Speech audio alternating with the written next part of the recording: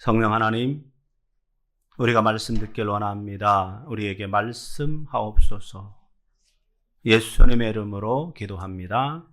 아멘. 할렐루야. 우리 앞뒤 옆 사람에게 인사하겠습니다. 당신의 얼굴을 보니 하나님의 얼굴이 보입니다. 다시 한번 하실까요? 당신의 얼굴을 보니 하나님의 얼굴이 보입니다. 마지막, 당신은 진주 같은 존재입니다. 할렐루야. 오늘 말씀 사도행전 11장 1절에서 18절까지 말씀입니다. 제목은 속되다고 하지 말라. 속되다고 하지 말라. 어제 토요일 무슨 일이 있었는지 아세요? 무슨 일이 있었습니까? 네. 어제 토요일 비 오고 막 이랬어요. 바람 불고 막 이런 일.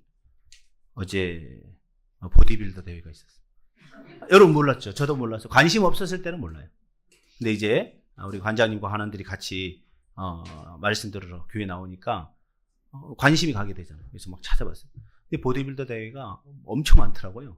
전국적으로 막 있는데 어쨌거나 그 몸을 건강하기 위해서 이게 만들어가는 거잖아요. 먹고 싶은 거 안 먹고, 그죠? 몸에 해로운 거 안 하고, 또 뭐 스테로이드 이런 거 안 하고 그냥 뭐 내추럴로 이 몸이 건강해야 되는데 거기에 우리 그리스도인들은 더 하나 해야 되는 거 있잖아요. 그죠? 영혼이 건강해. 할렐루야. 내 영혼이 건강해야 육체가 건강하거든요. 영혼이 망가지면 육체 아무리 해도 될 수가 없는 거예요. 가장 먼저 중요한 것은 영혼의 건강함을 회복하고, 그리고 나서 육체의 건강함을 회복하는 것. 이것이 같이 나가야 되는데. 그래서 어제 어떤 광운대학교 그쪽에서 우리 보디빌더 대회를 했고, 우리 관장님과 관원들이 참여를 해서 원하는 성적보다는 조금 모자란 성적을 거뒀다라고 이야기하더라고요. 항상 원하는 성적은 그잖아요. 금메달. 그죠? 그죠? 누가 동메달 따기 원해서 가겠습니까? 항상 모든 시합은 금메달을 이제 목표로 하죠. 근데 이제 어떤 때는 뭐 금메달 딸 수도 있고, 어떤 때는 그거보다 조금 못한 게 있을 수 있지만, 무엇을 딴 것이 중요한 것이 아니라 내가 최선을 다했다. 이런 중요한 거예요. 괜찮아요? 그죠? 내가 최선을 다했는데 은이다. 뭐 어쩔 수 없는 거죠. 근데 최선을 다하지 않고 은인 것 때문에 실망하고 동인 것 때문에 실망하고 이게 자체가 문제가 있는 거죠. 늘 최선을 다했으면 괜찮은 거예요. 할렐루야. 우리는 늘 언제나 그리스도 안에서, 하나님 말씀 안에서 최선을 다한 인생을 살아가면 됩니다. 오늘 제목은요, 속되다고 하지 말라라고 이야기합니다. 속되다다, 속되다. 여러분, 속되다는 맛이 무슨 말입니까? 속되다. 부정하다, 품위가 낮다, 천하다, 뭐 이런 말이거든요. 그러니까 불순종의 죄로 말미암아 하나님의 저주 아래 놓은 인생은 부정할 수밖에 없는 것이죠. 속될 수밖에 없습니다. 그러니 유대인들이 봤을 때 유대인과 이방인은 같을 수 없다라고 이야기합니다. 남자와 여자는 같을 수 없고 자유자와 종이 같을 수 없다. 이것은 당연한 논리의 결과며 사회적인 현상이라고 이야기합니다. 자, 그러니까 오늘 말씀의 대표적인 이 베드로가 로마의 군대 장관인 고넬료의 집에서 함께 식사하는 것, 유대인들이 봤을 때는 말이 안 되는 거죠. 어떻게 이방인과 함께 식사할 수 있느냐? 속된 사람과 함께 있으면, 부정한 사람과 함께 있으면 부정하다. 이것이 출애굽의 법이거든요. 그러니까 고넬료가 선한 사람일지 모르지만 여전히 하나님의 백성을 위해서 합당하고 거룩한 식탁에 함께 동참할 수는 없는 거거든요. 이게 유대인들의 생각이에요.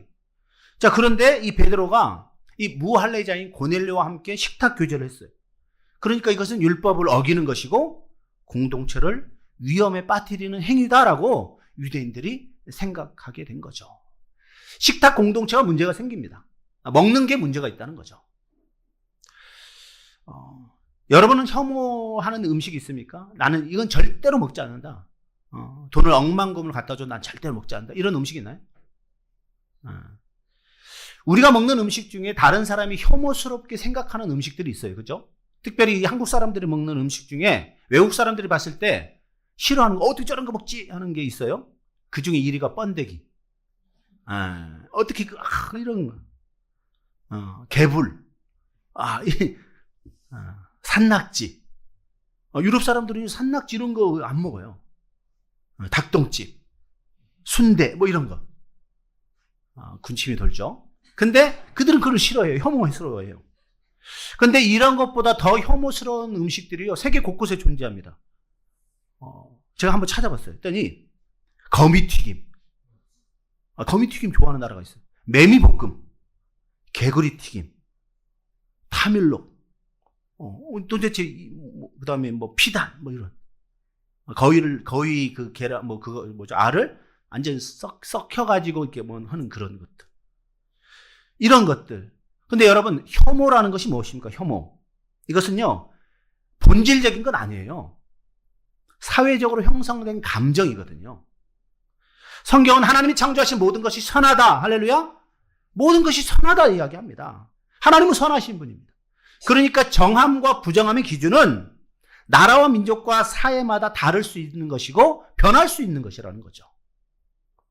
이 베드로는 항구 도시인 욥바에 있는 시몬이라고 하는 무두장이 집에 머물러 살았습니다.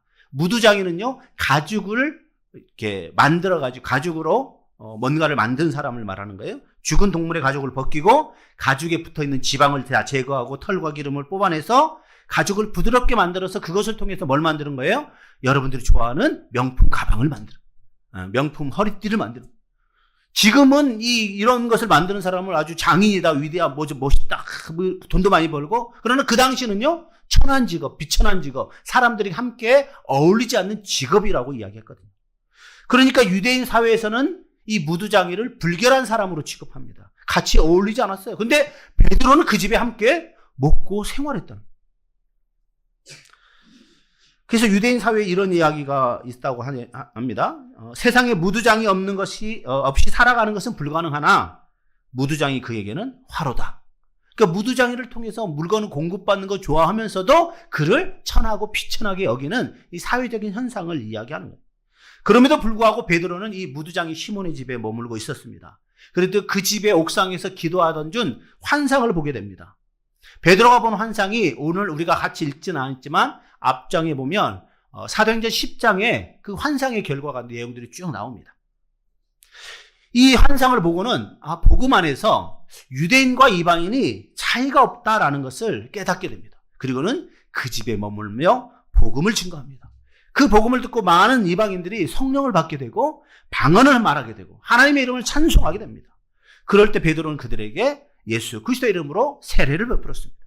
자, 이러한 소문들이 어디에 있겠습니까? 예루살렘에 있는 사도들에게 들려지게 되는 거죠. 사도들은 이 베드로의 행동이 도무지 이해가 되지 않았어요. 왜? 유대인들에게만 복음을 전해야 된다라고 생각하는 것이 그들이 그 당시 사도들의 생각이었거든요.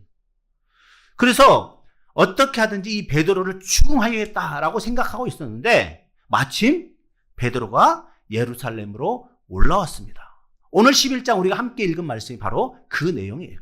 자, 1절에서 4절 말씀 같이 읽습니다. 1절에서 4절입니다. 유대에 있는 사도들과 형제들이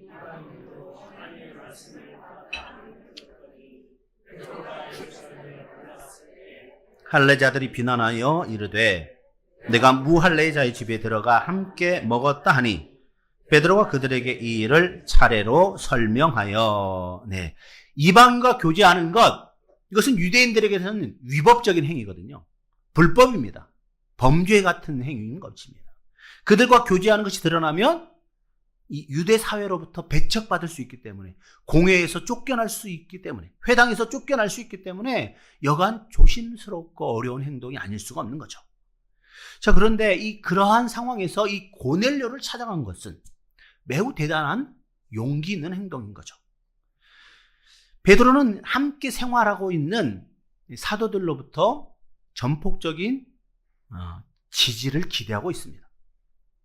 그런데 이 예루살렘에 있는 성도들, 사도들의 반응이 다른 유대인들과 다르지 않다는 거예요.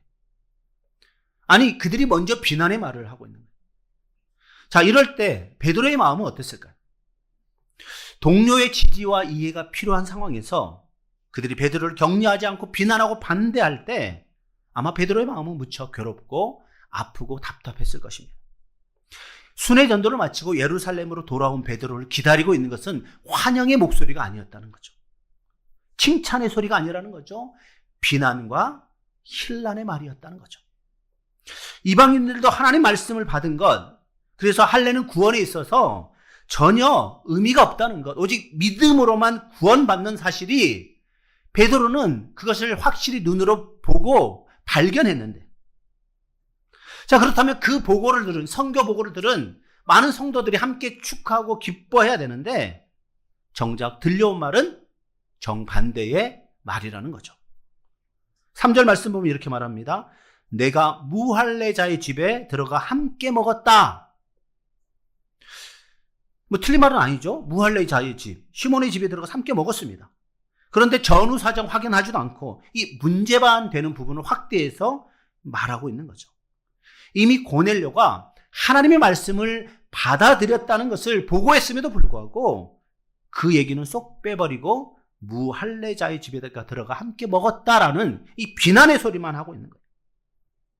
자, 그러니까 이 베드로는 비난의 소리를 들을 때 그들에게, 내가 예루살렘에 있는 성도들에게 내가 왜 그러한 일을 했는지에 대해서 하나하나 차분차분히 설명합니다.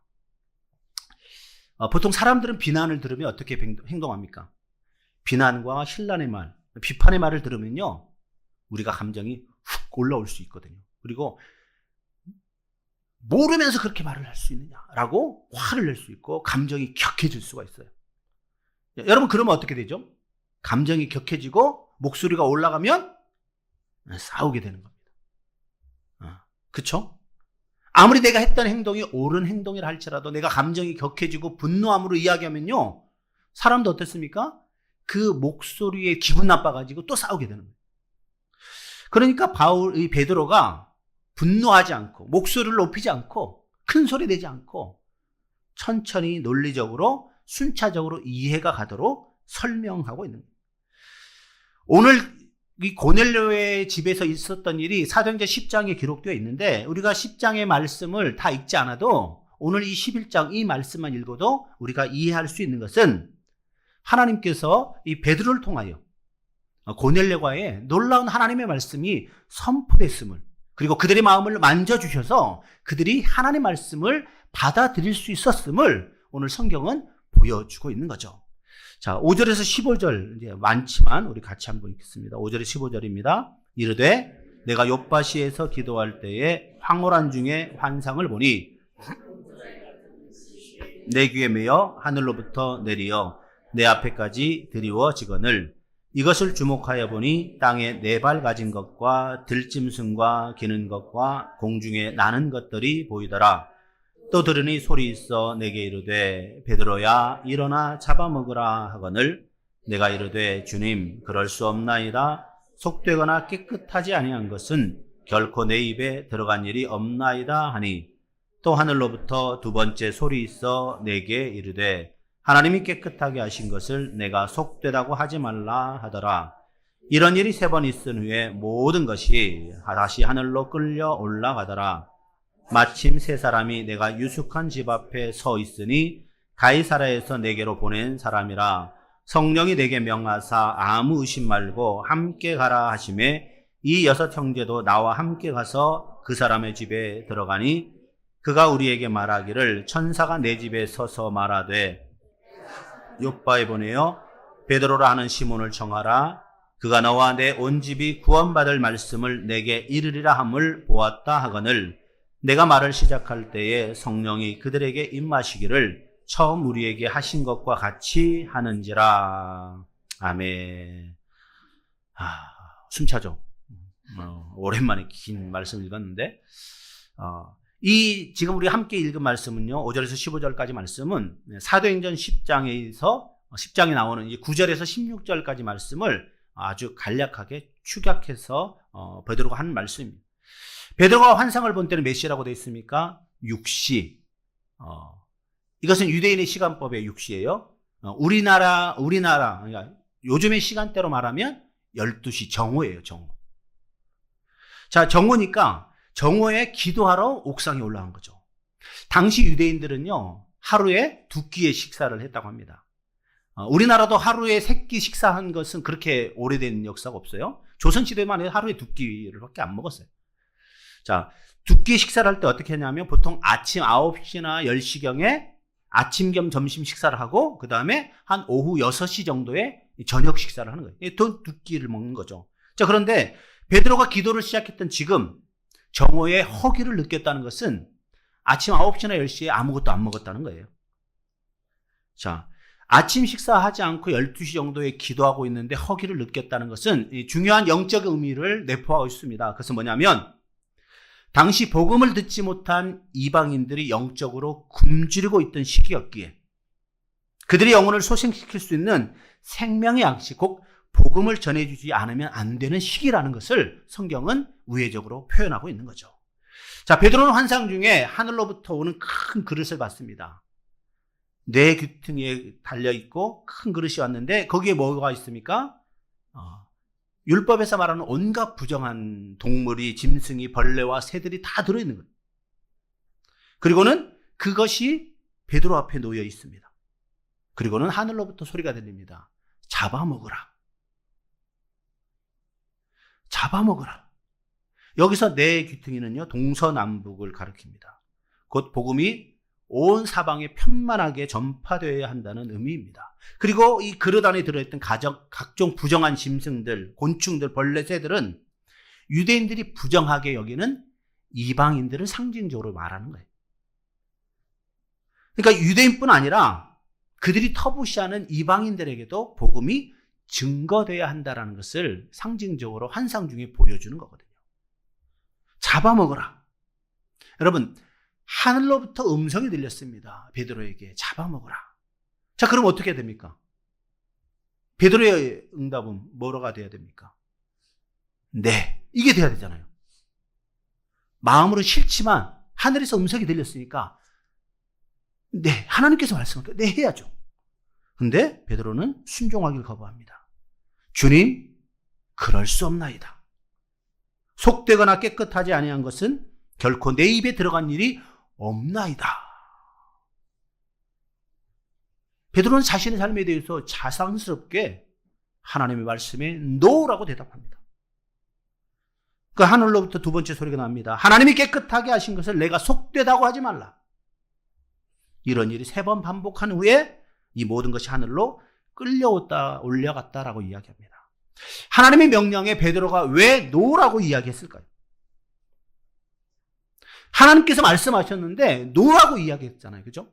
그것은 베드로의 마음속에, 내 생각에는 이러한 것을 먹어서는 안 된다는 그러한 강한 확신이 있었던 거죠. 그리고는 내 생각이 결코 잘못되지 않았다라고 생각하고 있는 거죠. 근데 하나님이 이렇게 말씀합니다. 하나님이 깨끗하게 하신 것을 내가 속되다고 하지 말라. 무슨 말씀입니까? 베드로가 틀렸다는 거죠. 그의 생각이 잘못되었다는 것입니다. 하나님이 원하시는 것은 그것이 아니라는 거죠. 사람들은 때때로 전혀 그릇된 주장을 하면서도 자신이 옳다고 믿을 수가 있습니다. 하나님 보시기에 지극히 악한 일을 행하면서도 자신이 선을 행했다고 주장할 수 있다는, 착각할 수 있다는 거죠. 사랑하는 성도님들, 기준이 무엇입니까? 내 생각입니까? 하나님의 생각입니까? 무엇이 기준이 되어야 됩니까? 여러분의 생각이 기준입니까? 내 생각이 기준이라면 이 사회는 혼란스러울 수밖에 없고 우리의 신앙은 흔들릴 수밖에 없습니다. 기준은 하나님 말씀이에요. 할렐루야. 하나님 말씀만이 기준이지 내 생각이 기준이 되어서는 안 되는 거죠. 내 경험이 기준이 되어서는 안 되는 거죠. 언제나 기준은 하나님의 말씀입니다. 할렐루야. 하나님 말씀만이 기준이 되어야 되는 거예요. 그러니까 하나님 말씀대로 사는 것이 옳은 길로 가는 것이고 하나님이 뭐라고 하시든지 그대로 하면 되는 거예요. 하나님 생각보다 내 생각을 앞세우면 우리는 교만의 죄를 범하게 되며 잘못된 길로 가게 되는 것입니다. 이 유대인 출신으로 구성되었던 이 초대교회 사도들, 제자들, 여전히 이스라엘의 선민 사상을 갖고 있었습니다. 그리고는 구약의 율법 조항을 잘 알고 있는 사람들이었습니다. 자, 그러니까 그들의 생각 속에는요, 이방인에 대해서는 생각이 없는 거예요. 이방인들이 구원받는다는 생각이 전혀 없는 거예요. 오직 구원은 유대인들에게만이라고 생각하고 있었던 거죠. 이 경직된 사고방식을 갖고 있었습니다.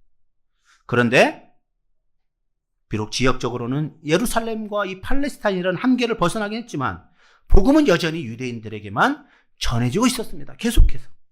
이 하나님은 베드로에게 이방인을 부정하게 여기던 이 사고를 깨어야 된다라는 환상을 보여주시는 거죠. 그리고는 이 환상이 직후에 이방인 백부장 고넬료의 초청을 거절하지 못하도록 만드셨다는 거죠. 베드로가 환상이 끝난 후에 고넬료 집에서 사람이 찾아옵니다. 그리고는 베드로를 초청합니다. 자, 베드로에게 3명의 사람이 찾아왔습니다. 이것은 급작스럽게 일어난 것이 아닙니다. 우연히 나타난 것도 아닙니다. 하나님께서 기도하려고 지붕에 베드로가 올라갔을 때 고넬료가 보낸 사람들이 그 성에 가까이 이르도록 하셨고, 또 베드로가 환상을 보고 있는 그 시간에 그들이 그의 집 문 밖에 도착하게 하셨고, 환상 후에 그 환상에 대하여 생각하고 있는 베드로에게 성령을 통하여 말씀하시는 거예요. 너를 찾는 사람들과 함께 가라라고 말씀하셨다는 거죠. 이렇게 이방인 고넬료와의 구원을 위해서 이 고넬료와 베드로 사이의 모든 일을 주관하신 분은 바로 하나님이십니다. 할렐루야. 하나님께서 사람들을 보내주셨고, 하나님께서 환상을 보게 해주셨고, 그리고 이 환상이 끝난 이후에 그들이 도착해서 그들과 만나게 하셨다는 거죠. 하나님이 인도하신 가운데 고넬료를 찾아갔습니다. 베드로가. 그곳에 가보니까 여러 사람이 베드로를 기다리고 있습니다. 그들을 본 베드로는 이렇게 말합니다. 원래 유대인들이 이방인과 어울리는 것은 위법한 행동입니다. 그런데 내가 하나님께서 보여주신 환상을 통하여 이것이 잘못되었다는 것을 깨달았고, 그래서 내가 여러분의 초청에 응하게 되었습니다 라고 이야기를 하고 있는 거예요. 성령께서 그곳을 가라고 말씀하셨기 때문에 내가 그 초청을 거절하지 않고 이곳에 도착했습니다 라고 이야기하고 있다는 거죠. 당시 유대인들은요, 이방인들이 구원을 얻으려면 먼저 할례를 받아야 되고, 그리고는 그 이후에 유대인이 되어야 구원을 얻을 수 있다라고 생각했습니다. 그런데 고넬료는 이 유대인들이 알고 있는 이 절차에 의해서 구원을 받은 것이 아니잖아요. 그죠? 오직 복음을 통해서만 구원을 받았다는 거죠. 오늘 베드로를 통해서 오늘 우리에게 들려주고자 하는 교훈은 이것입니다. 유대인과 이방인 어떤 차별도 없이 오직 하나님의 은혜로 복음을 듣고 믿는 자라면 구원을 받을 수 있다. 할렐루야. 하나님은 누구든지 복음을 듣고 믿는 사람에게 역사하신다는 거예요. 자, 그러니까 오순절에 성령께서 유대인들 120명이 모여서 기도할 때 그곳에 강림하신 것처럼 고넬료가의 사람들이 예수 그리스도의 말씀을 듣고 하나님의 말씀을 듣고 그 복음의 말씀을 받아들일 때 어떤 일이 일어납니까? 그들이 방언하게 되고 하나님의 말씀을 온전히 이해할 수 있게 되었다는 거죠. 성령께서 유대인들에게만 임한 것이 아니라 이방인 가정에도 임함을 이야기하고 있습니다. 그렇습니다. 성령은 차별하는 영이 아니에요. 사람은요, 남자와 여자 서로 차별합니다. 가진 것과 못 가진 것 때문에 차별합니다. 배운 것과 못 배운 것 때문에 차별합니다. 지위의 높고 낮음으로 차별합니다. 대부분의 사람들은요, 다 차별하는 모습으로 살아갑니다. 그런데 성령께서는, 하나님은 차별하지 않습니다. 할렐루야. 이게 복음인 거죠. 차별하지 말아야 됩니다. 그러면 그리스도의 복음을 믿고 있는 우리 또한 차별하지 말아야죠. 여러분은 어떻게 살아가고 있습니까? 사람을 차별하지 않습니까? 혹 우리 안에 차별하는 마음이 여전히 존재하고 있지는 않습니까? 사람들은요, 자신의 기준으로 사람을 판단하게 돼 있어요. 내 생각으로 판단하게 돼 있어요. 그러니까 내 생각으로 판단하고 내 경험으로 판단하니까 차별하는 거예요. 차별하는 말이 나오는 거예요. 야, 넌 이 정도밖에 못해? 넌 이것밖에 안 돼? 이게 다 차별의 말이죠. 그 사람에 대해서 고유한 것을 인정하지 못하니까 차별하게 되고 차별의 말이 나오는 거예요. 그러니까 그 말로 인해서 사람들 또한 상처를 받게 되는 거죠. 바라기는 여러분의 입술에서는 차별의 말이 일절 사라지기를 주님의 이름으로 축원합니다. 여러분, 차별 하나님이 기뻐하지 않는 거예요. 그러게 여러분은 날마다 여러분의 입술에서는 격려하는 말이, 사랑하는 말이, 용납하는 말이, 축복하는 말이 날마다 그러한 입술로 가득 차기를 주님의 이름으로 축원합니다. 자, 16절에서 18절 말씀을 같이 읽습니다. 16절에서 18절입니다. 내가 주의 말씀에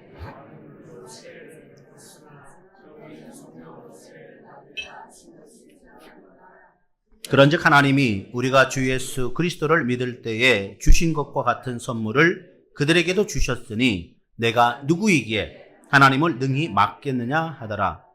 그들이 이 말을 듣고 잠잠하여 하나님께 영광을 돌려 이르되 그러면 하나님께서 이방인에게도 생명 얻는 회개를 주셨도다 하니라. 아멘.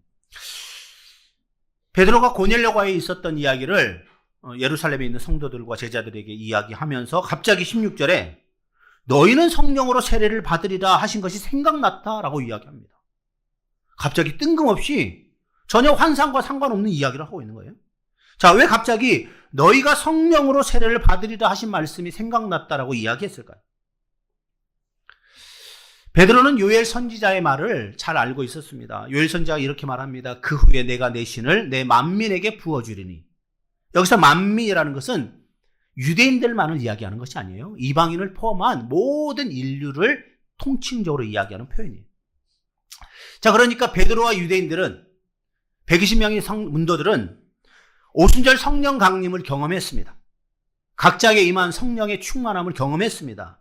그런데 그것이 이방인을 포함한 성령 강림임을 깨닫지 못하고 있었다는 거죠.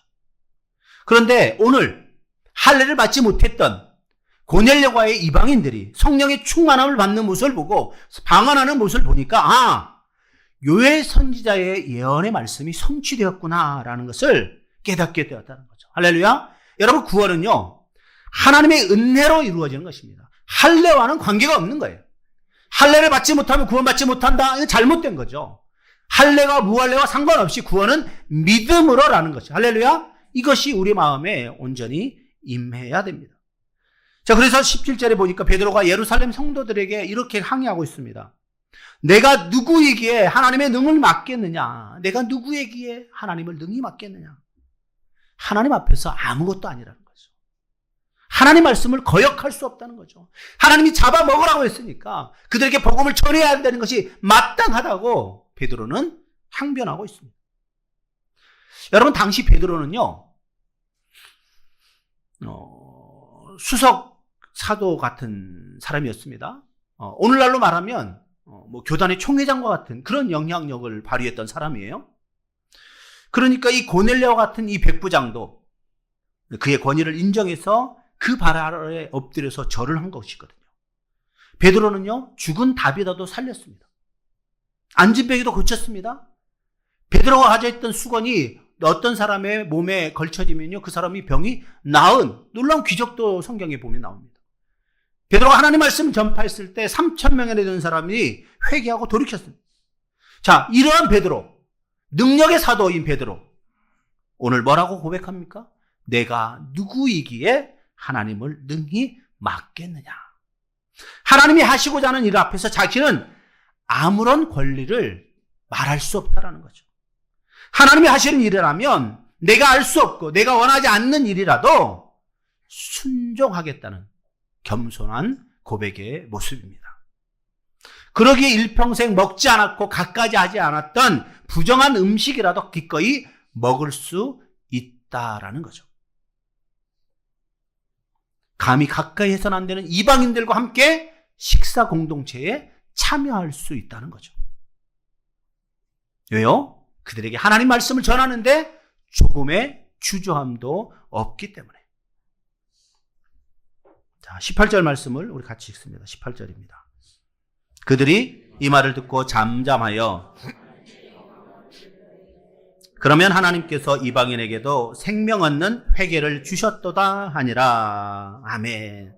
자, 베드로의 이 말을 다 들었던 예루살렘에 있는 성도들, 사도들, 지금껏 자신들이 생각했던 것을 버리고 하나님의 뜻을 발견하게 되었습니다. 만일 이들이 끝까지 자신들의 생각을 바꾸지 않고 고집했다라고 생각해 보십시오. 자, 그러면 하나님께서 확실한 증거들로 보여주셨고 할례 없는 이방인들도 믿음으로 구원 얻는 것이 하나님의 뜻임을 보여주셨을지라도 그들은 깨닫지 못했을 것입니다. 이것이 유대교의 한계를 뛰어넘지 못했던 유대인들과 유대교의 한계를 뛰어넘었던 이 초대교회 성도들과의 결정적인 차이라는 거예요.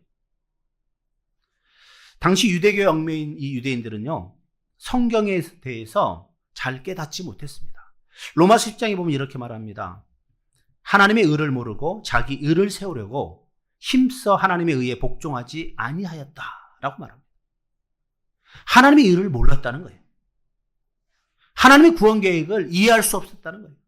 자기의 생각으로 자신들의 관습에 의해서 그 말씀을 비춰보니까 자신들과 다르다는 거예요. 받아들일 수가 없다는 거예요. 이게 유대인들의 한계였다라는 거죠. 자신들이 기존에 가지고 있었던 유대주의적 고정관념에서 한치도 벗어나지 않았다는 거죠. 왜냐? 유대인들은 구원받고 이방인들은 버림받는다. 이것이 유대인들이 갖고 있던 선민 사상이었고 고정관념이었거든요. 그러니까 다른 민족에 대해서는 배타적인 자세를 취할 수밖에 없었습니다. 그 결과가 무엇입니까? 하나님의 의에 불순종하게 되는 거죠. 하나님이 세우신 의를 대적하는 거죠. 하나님의 구원으로부터 멀어질 수밖에 없는 거죠. 그렇게 오늘 이들은 이렇게 고백합니다. 하나님께서 이방인에게도 생명 얻는 회개를 주셨도다. 그렇습니다. 회개는 하나님의 은혜요 선물입니다. 왜냐? 회개 없이는 누구도 생명과 구원에 이를 수 없기 때문에. 회개가 은혜이고 회개가 복음인 것이에요. 회개 속에 은혜가 있고 회개 속에 감사가 있고 회개 속에 용서가 있고 회개 속에 기쁨이 있는 줄 믿으시기 바랍니다. 어떠한 죄인이라도 이 회개의 관문을 통과해야만 하나님의 용서를, 하나님의 생명을, 하나님의 기쁨을 얻을 수가 있는 거예요. 그 사도행전 3장 이렇게 말합니다. 그러므로 너희가 회개하고 돌이켜 너희 죄 없이 함을 받으라. 이같이 하면 새롭게 하는 날이 주 앞으로부터 이를 것이요. 회개하고 돌이켜야 죄 없이 함을 받을 수 있다는 거예요. 그런데 대부분의 많은 사람들은 회개하지 않습니다. 잘못을 인정하지 않습니다. 죄를 부인하고 발뺌합니다. 책임을 전가합니다. 죄를 외면합니다. 심지어 그것을 인정하고 회개하는 것을 부끄러워합니다. 그러니 그들의 마음에는, 그들의 얼굴에는 웃음이 있을 수가 없는 거죠. 늘 마음이 무겁습니다. 그러나 회개하고 자복하면 하나님의 용서를 받기에 얼굴에 다시금 생기가 돌 줄 믿습니다. 입맛이 살아날 줄 믿습니다. 살아갈 용기가 있습니다. 희망이 생깁니다. 하나님께서 저와 여러분을 속되다라고 말씀하지 않습니다. 회개하는 심령을 하나님은 의롭다라고 이야기하십니다. 할렐루야. 그것이 하나님의 은혜고 하나님의 사랑이고 하나님의 선물이거든요. 하나님이 저와 여러분을 깨끗하라고 말씀하십니다. 그런데 왜 우리가 서로를 속되다라고 비난하고 있습니다? 여러분, 이것은 사단의 꾀입니다. 사단의 유혹에 넘어가지 마십시오. 우리의 모습은 하나님이 보시는 거예요. 하나님이 우리를 의롭다라고 하면 의로운 거예요. 할렐루야. 하나님이 속되다고 하면 속된 거예요. 그런데 성경은 뭐라고 이야기합니까?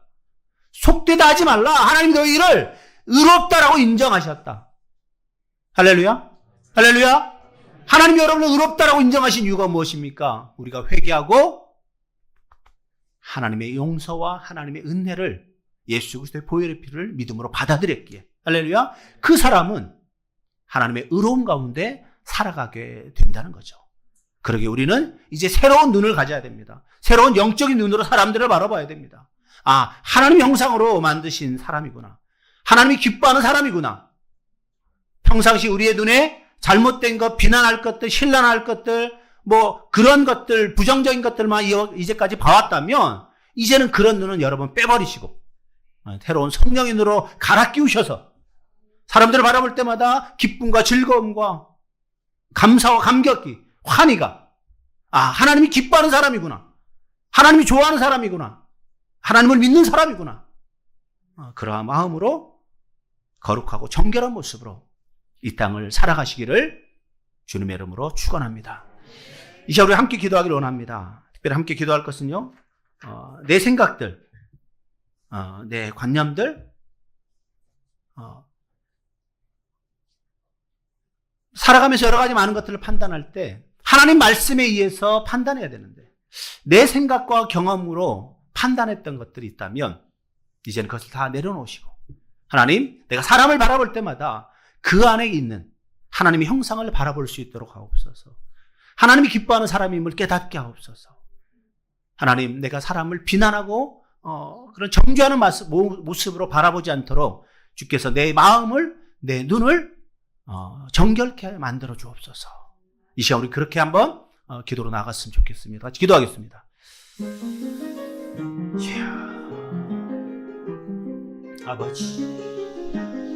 아버지 더 주옵소서. 우리 마음을 새롭게 하시고 하나님의 정결함을 하나님 기뻐하시고 하나님 은혜를 하나님께 허락하여 주시옵소서. 성령이여, 성령 도와주옵소서. 우리 부족하고 연약한 날마다 하나님이 도우신 가운데 살아가는 믿음의 고백, 믿음의 결단 되게 하여 주시옵소서. 예수님.